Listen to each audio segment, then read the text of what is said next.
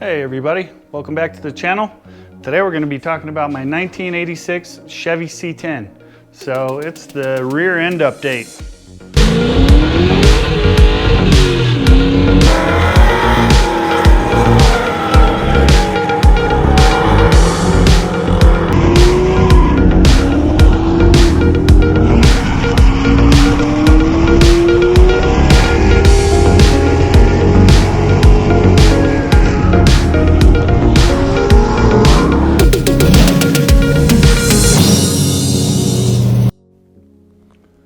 All right, before we get into the rear end discussion, I figure we ought to talk about the truck since I don't think I've ever really presented what it is. You've seen little bits and pieces from time to time, but I've never really discussed it in depth. So that's kind of the plan here for the first few minutes, and then we'll get into the update on the rear differential and rear suspension and all that kind of stuff. So without further ado, this is my 1986 Chevy C10.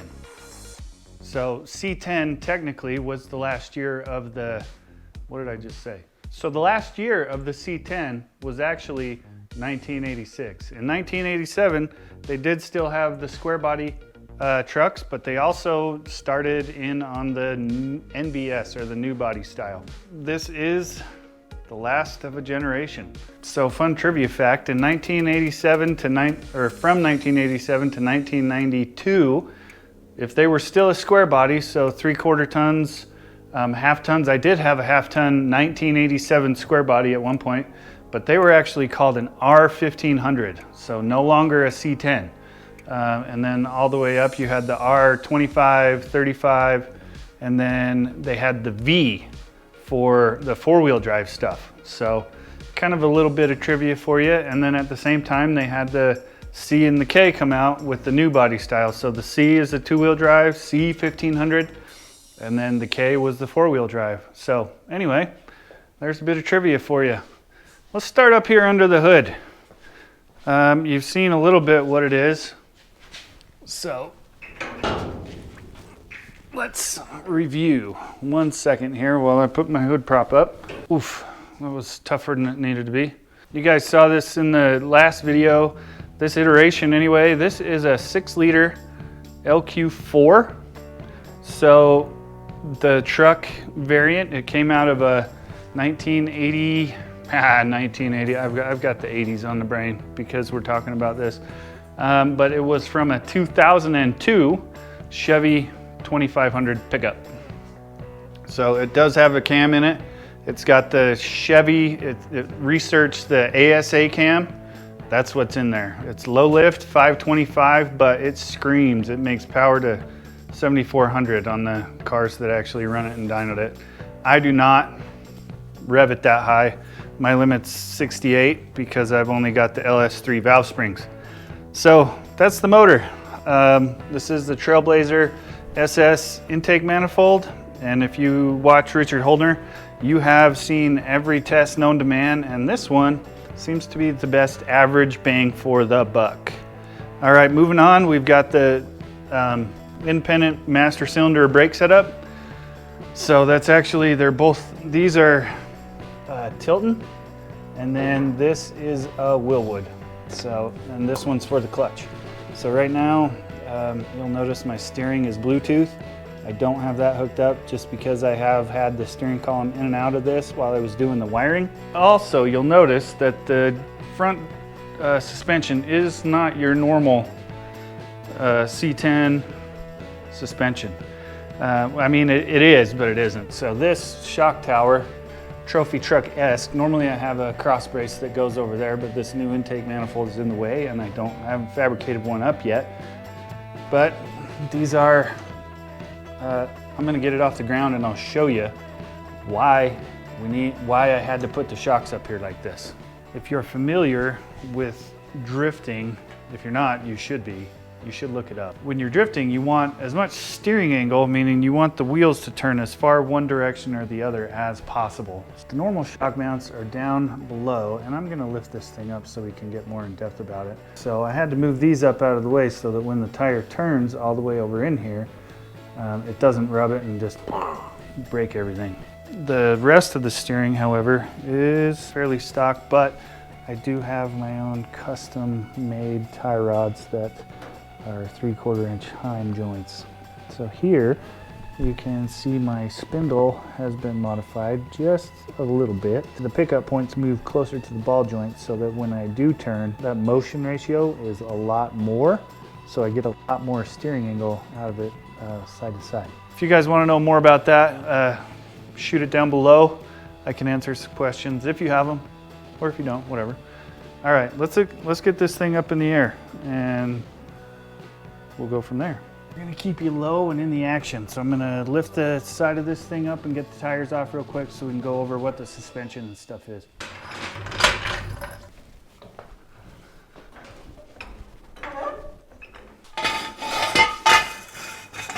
All right, one.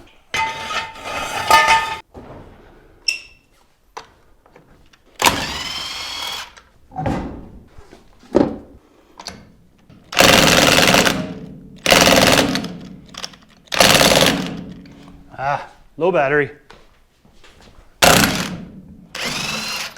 There we go. And then that's what I like to do.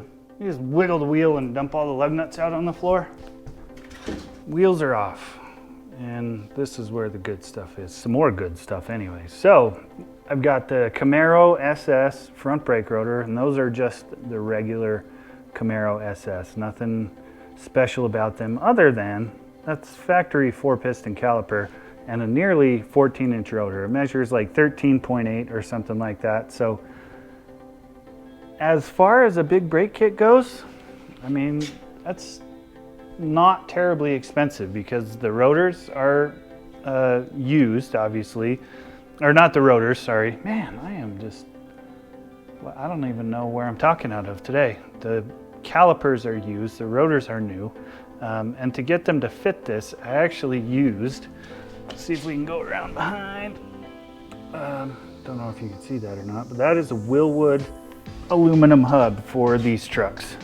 So they're cool because they have a dual bolt pattern that's 5-on-5 or 5-on-4 3/4, which also matches nearly, very nearly. Somebody will say, well, they're not exactly the same, and they're not.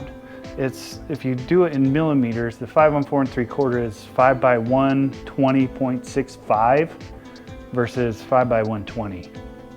So, which is what the Camaros are. So we'll get to that in a second. Anyway, big brake kit on the front. This is where the shock used to mount, was down here. It used to mount right here, and then it would run up to here. And it was just this short little thing. And when you look at how far back it is on the control arm, like, it's not gonna do a very good job of controlling the motion of the ocean in these big old heavy trucks. So when I moved it up to here, that actually moved the controlling point to the very near the ball joint. So the motion ratio, which is the amount of travel and how close the shock mount is to the ball joint and all that, worth some research if you got some time, but it just makes it a lot easier for the shock to control the motion under load. All right, got that? Fantastic. Okay, so we've talked about everything in the front. Let's move to the inside for a minute. And then we'll get to the back. All right, so we're walking over here. Don't mind all my hitches on the floor. So this was all the options. Power door locks, power windows. I had all the fancy armrests and stuff here, but none of that was there when I got it. So while it was like the top of the line interior model, obviously no longer. I mean, had AC, had all that kind of stuff. I do have another video coming out that I'm talking about when I made all this stuff, so we'll get to see that. This is all the wiring that is still left to do, and it is lights mainly. Still a lot to go through. I won't bore you with that, and I'm sure a lot of you guys are breathing a sigh of relief right this second. Got my fancy custom switch panel. This is the party maker, the drift brake, and then the truck has a turbo 400. No, it doesn't. It used to have a turbo 400. Now it's got a Super T10 4-speed. So that's like Corvette vintage, late 70s Corvette, but it is a strong one. So if you look up Super T10s and the strong ones, this is the 243 first gear. So I've only broken it twice, yeah. And so far the case has been fine, which is always the concern. Okay, whoops. So moving on to the seats. They are just some Cobra? I think they're just super old Cobras that I actually found in my local classifieds. You know, they fit the 80s vibe. Don't know if that's what I was going for, but those are like the velour kind of, you know, they're fancy. That's what we'll call it. Fancy like Applebee's. Okay, moving on. Let me know if you have any questions or comments about the inside of the truck.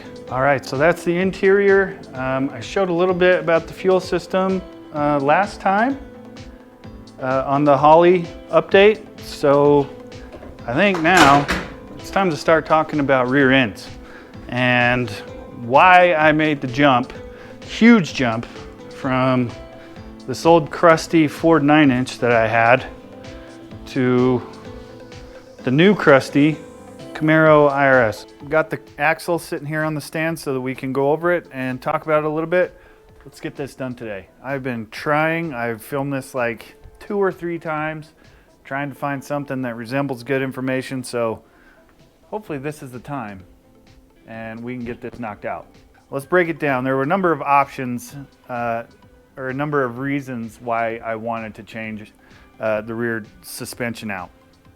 So number one was I was still running the original leaf springs. Well, I guess I shouldn't say the original leaf springs, but I was still running the leaf springs in the truck. This was a custom kind of set that I made, that I went to the junk wrecking yard and I got some springs that would fit and made them my own. So I measured the rate and everything by standing on it and doing, anyway, maths were involved. I think I mentioned that before in my other one. So need to get rid of the leaf springs. I did run a torque arm as well. So that's what this guy is here. It was attached in 2 points there, and then this dog bone attached to the frame. So, and then this little guy. So you don't want it to move back and forth. Normally you would put like a bushing, you'd put a bushing or something in there to stabilize this, but that's what I chose to do instead. Okay, so that's rear suspension. Definitely needs an update. Whether that was 4-link or like this torque arm setup with a panhard bar, something like that. There was lots that needed to be done, lots of improvements. Another area, so if I can swing this around so you can see it. So these are the original axles that came out of the, this whole thing is actually out of a Ford Bronco, a full-size Ford Bronco. And the only thing I did to get it to fit this truck was have the bolt pattern re-drilled to a 5-on-5. It's originally 5-on-5.5. And then I put on these circle track brake adapters. So they are just plate steel that include the bearing retainer and then the caliper adapter as well. Sorry, I gotta check on my dog. She's out running around in the front yard. And then the front calipers are from like a 80s G-body Monte Carlo. So super basic. I mean, I think these calipers were like $40 when I got them, maybe 50. I don't remember. I got them in 2014. This had drum brakes on it in the beginning, and I never installed it with the drum brakes on it. So the calipers are actually from a 1995 Chevy Caprice. I think the cop car version. So anyway, that's the axles, and one of these axles, I can't remember which side, has a wobble in it. So when you're cruising down the road, it feels like just the whole back of the truck is shaking, and it gets really bad. It feels like the back of the truck's falling apart when you were running at speed, drifting or, you know, at the autocross or anything. So I put a strange center section in it because I broke the pinion support off the other end. If you've ever had one of these 9 inches apart, they actually have a pinion support that's back in there that runs on a bearing, and I broke that. So that's why this.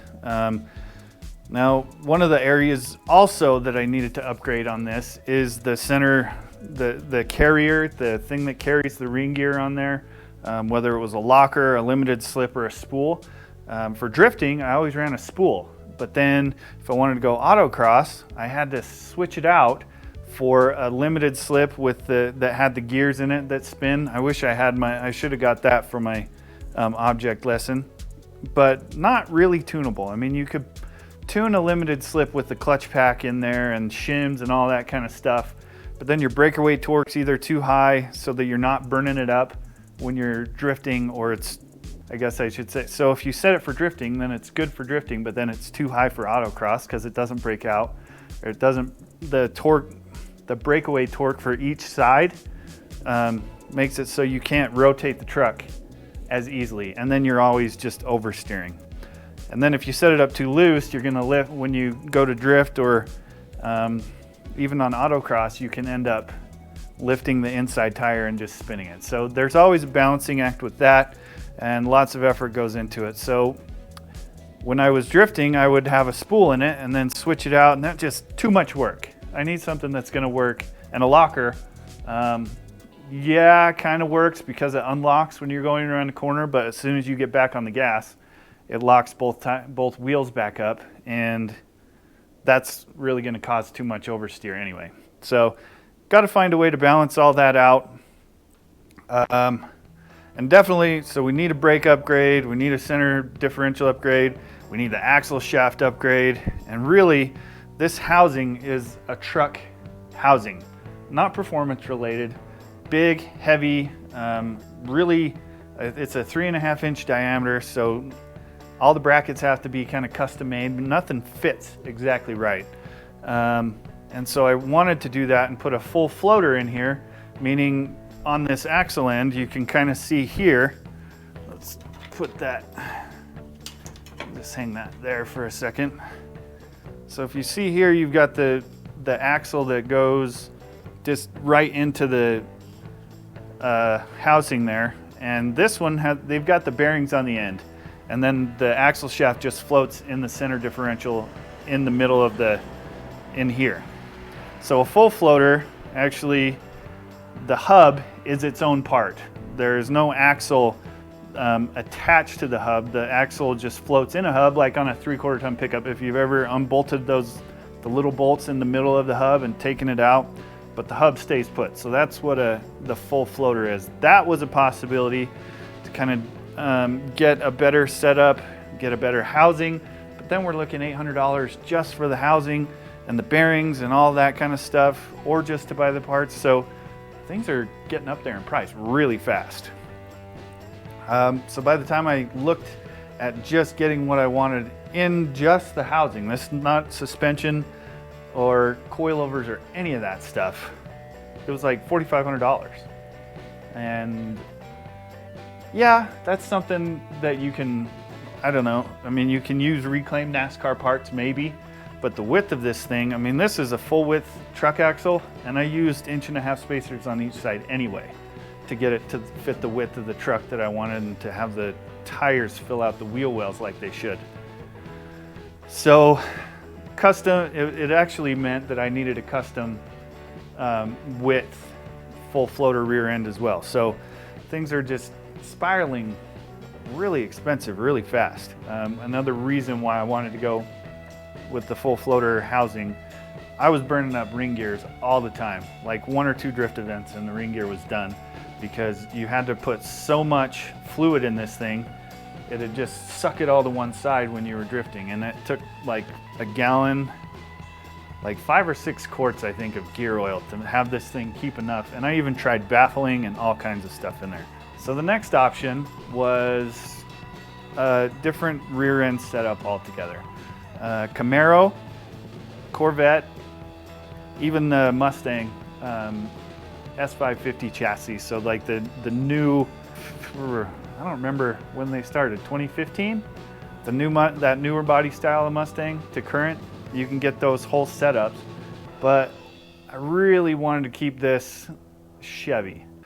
So we've got the Corvette, and the Corvettes, you've got a few iterations of those, right? You've got the C4, which has the pumpkin in the middle, and then the suspension on the outside. I'll throw a picture up there what the C4 looks like, but that's not great because the axles are your adjustment, right? The axles are what position the camber on the car. Didn't want that. C5, the transmission is part of the rear differential, and it's very expensive to find an adapter that'll work so you can put a yoke on the C5. So that leads us to the Camaro IRS. All right, so now the object lesson is done. We're gonna get down into it and I'll kind of talk about why I went with the Camaro rear suspension and whole subframe. When we're looking at the frame here, this is the separate part of the frame that I built, and this is the subframe that the Camaro, all of the suspension for the back of the truck is actually attached to this subframe. So it only attaches with 4 bolts. I got one here, one up there, on the other side, and the other side. So all I have to do to drop this out is undo the drive line, take the brake calipers off, and then those 4 bolts, and it drops right out of the truck. Super simple for service, should I ever need to. So that's one thing. But number two, the main thing, main reason why I kind of chose to go with this is I knew if I could figure out this rear differential setup. So the Camaro SS1LE and the ZL1 and the ZL11LE all have this electronically controlled rear differential. This is where a computer module normally sat, and that's the module that controlled this motor. So this is a motor. We've got a electronic valve here, and then a transducer of some kind, a pressure transducer. So then we come over here and look at these other parts. We've got a pressure line. We've got 2 pressure lines that go in there. So one's a supply and one's a return, and this control valve is set up on the return side. So the pump is actually running to supply pressure, and when you apply power to this, it closes and allows the clutches inside to apply pressure, and that's what actually locks up the rear differential. So it's kind of the reverse of what your car actually is. So when you push the clutch in the car, it releases the pressure, and this is exactly reverse. Essentially, if you were pushing the clutch pedal, it's putting pressure on those clutches and locking that rear end up. So it's really a limited slip with an adjustable, with all your adjustment in the pressure. 2 wires, I mean there's 3 wires, I guess I should say. So you've got a power wire and a ground that I run to a pulse width modulator, so a PWM controller. And then this is just on off. So it's a very basic control, but so far it's done what I need it to do. So with the rear differential, I'm sure there's a lot that it's got a lot more potential than what I'm doing with it. I think if you used a Dominator ECU with all the inputs and outputs that you would have a lot more control. You could use the wheel speed sensors and the throttle position and put some steering angle sensors on there and your RPM, and you would be able to fine tune exactly how you want that differential to work, which is the goal. But right now it's working good with what I've got. All right, so one of the other areas that I talked about was the brakes and the lack thereof on the 4.9-inch. So another thing that made this really a no-brainer was 4-piston factory brakes, 13-inch rear rotor. I mean, 13 and a half. I mean, I can't remember exactly. I should probably measure, but that right there, I mean, that was $800 to $1,000 that I didn't have to spend putting it on the 9-inch. Suspension, still had to buy coilovers, but this setup makes it easily adjustable for me. So you adjust the preload in your coils the way you need it, and then you have independent height adjustment with these screw adjusters. So actually kind of a cool NASCAR trick that I've seen a bunch of drag racers, I think, put those on the front of their cars. So that is the rear setup. Yeah, again, use your little key clickers down there and throw any questions you have for me. I'm sure there's stuff I've missed. All right, so let me throw the battery connector on and we'll move up to the front. All right, so we're gonna do a quick demo of how the rear electronics are working. Okay, so here is the controls for the truck. This is the PWM controller that I was talking about. It's just a 12-volt motor speed controller. And then this is the switch for the dump valve, or that little powered valve that I pointed to. So this is the indicator, just a digital indicator for power output of the motor speed controller. And when I turn it on, so it's hooked up to a relay underneath and everything, but when I turn it on, obviously it's at 0, and then you crank it up and you can hear the motor start whirring when it's running. So that lets me know that it's working. And then the dump valve closes and it locks up ever so slightly. So with this, I'm able to dial in the amount of lockup that I want. So you can see the number over there, and the motor's running just a little bit in the back to put it just enough pressure. And I'll lift the back up and kind of show you how that works. All right, this is Logan, my lovely assistant for today, for the next 5 minutes. So this is at 0. You can see the dial, dump valve is off. Okay, flip the dump valve up, Logan. Yep. Okay, so he's done that. And I'll set it up here again. Okay, so it is at 0 right now. Nice and easy, I can move it by hand. Okay, move that up to 5. So the dial inside, he just moved up to 5. A little bit harder. Okay, go to 10. See, significantly, I mean, I've got to use my foot for the breakaway now. Go to 12. Too much. So he went too far. So that is the thing that I'll have to figure out. So cycle the valve. Down, yep, and then back up. So what he did there was the valve that I pointed to on the other side of the truck before, he made it, or he opened that. So now you can see it's very stiff, way more limited slip. And if I really crank on it, it'll lock it up. But that's how the rear end works. Pretty fancy, huh? Okay guys, so in a nutshell, that's how it works. Let me know what questions you have, shoot them down in the comments. But that is the update for the rear suspension and kind of the truck walk around. So appreciate you sticking around. Let's do it again sometime. Hey guys, one last thing real quick. I went ahead and threw all of the links and everything that I could think of into the description so that you can go through and kind of see what is itemized and kind of what the overall cost would have been had I gone with the full floater or upgraded to 4 9-inch. And then I threw some examples in there of what I actually went with, and you can see that it's quite a bit cheaper. Anyway, check that out if you want. Thanks. See ya. All right guys, one more thing. Hit that like and subscribe button for me. Appreciate it. See you next time.